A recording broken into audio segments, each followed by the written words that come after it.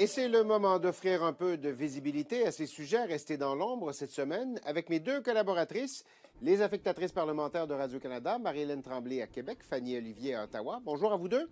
Bonjour. Marie-Hélène, à Québec, jour de budget, évidemment, on a beaucoup parlé du budget de M. Girard, mais le gouvernement a également permis l'adoption d'une motion du Parti québécois qui est passée un peu inaperçue. Effectivement. Vous savez, Daniel, qu'il y aura une élection partielle le 11 avril prochain dans la circonscription de Marie-Victorin sur la rive sud de Montréal.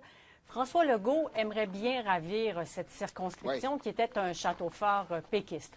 Alors, le chef de la CAQ a notamment accordé une entrevue à une station radiophonique de Longueuil, entrevue pendant laquelle il a mentionné que élire un député faisant partie du gouvernement, c'était beaucoup plus facile pour lui de faire avancer les dossiers locaux auprès des ministres. En d'autres termes, vaut mieux voter du bon bord. Alors, ces propos-là ont choqué le Parti québécois. Le député Pascal Bérubé a donc déposé une motion à l'Assemblée nationale demandant au gouvernement de traiter équitablement l'ensemble des 125 circonscriptions, donc autant pour les députés de l'opposition que pour les députés du gouvernement. Bien, la CAQ a consenti à l'adoption de cette motion et le PQ a poussé l'audace un peu plus loin en demandant un vote nominal.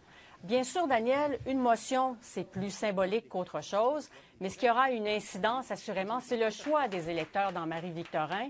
Alors, opteront-ils pour un député du gouvernement ou de l'opposition?